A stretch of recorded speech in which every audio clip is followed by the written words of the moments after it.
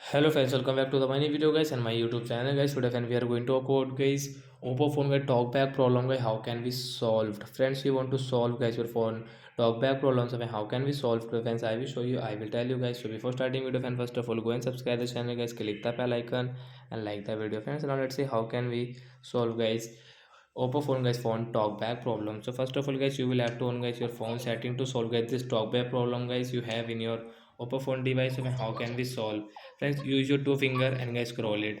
Friends, one finger guys we will tap on guys phone setting guys and get double tap to on your phone setting. After on phone setting guys scroll it again with the two finger guys. Any two finger guys you can use guys phone setting. The system setting guys tap here and double tap here guys. Guys, accessibility setting a double tap here. Vision setting one tap and get double tap. Right, talkback setting one tap and double tap guys. Talkback at the right side this icon, tap here and double tap. Stop talkback, double tap. So fans, you can see guys talkback problem has solved, and fans we can use guys our Oppo phone without any talkback problem.